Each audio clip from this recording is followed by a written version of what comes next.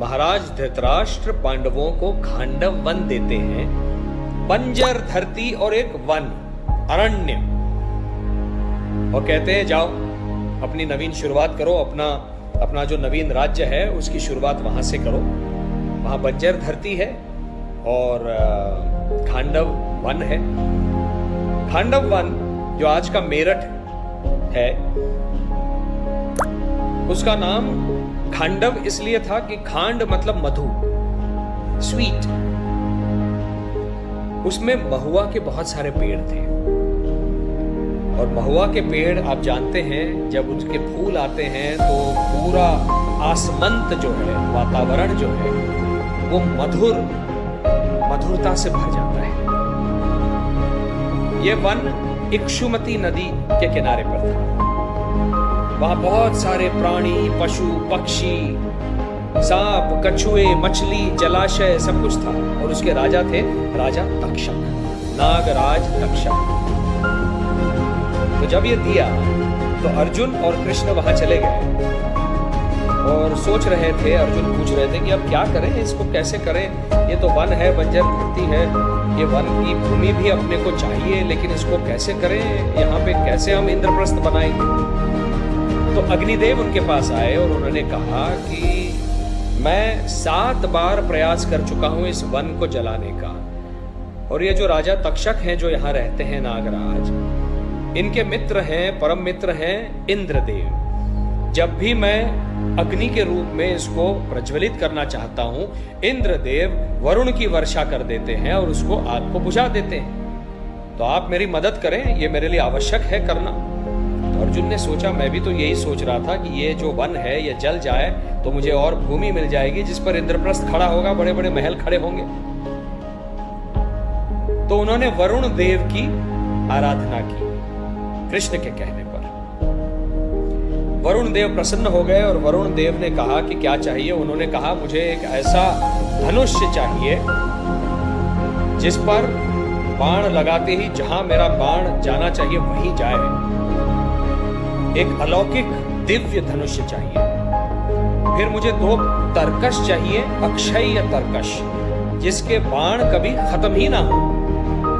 और एक ऐसा रथ चाहिए जो मन की गति से भी तेज दौड़े।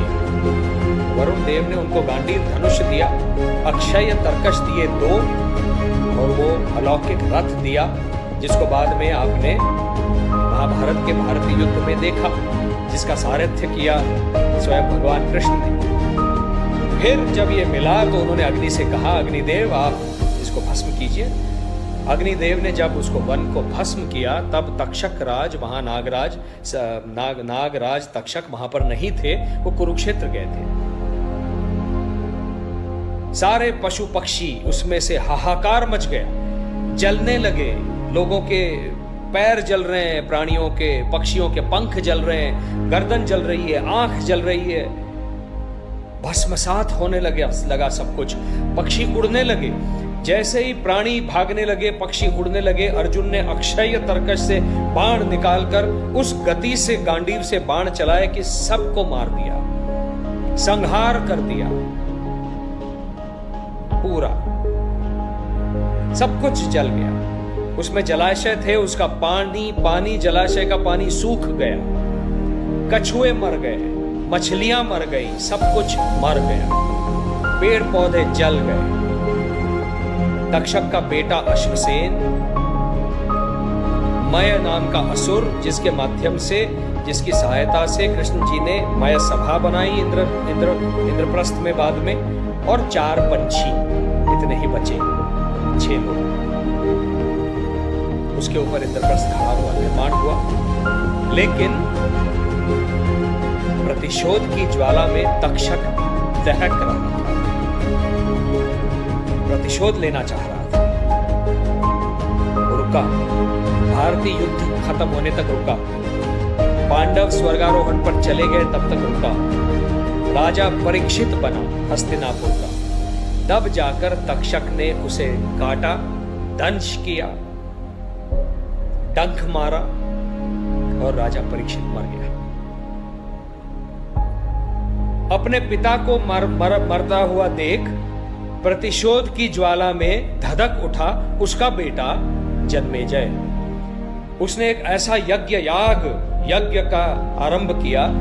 पूरे आर्यावर्त से, हर वन से, नैमिषारण्य, काम्यक वन, दंडकारण्य, हर वन से उसने सर्पों को एकत्रित करके उस अग्नि में यज्ञ के डाल दिया, मार दिया। उसको, उस क्रोध को देखकर ऋषि वैशंपायन ने उसे बिठाया और जन्मेजय को महाभारत की कथा सुनाना आरंभ किया। उसका प्रयोजन, कई प्रयोजन थे।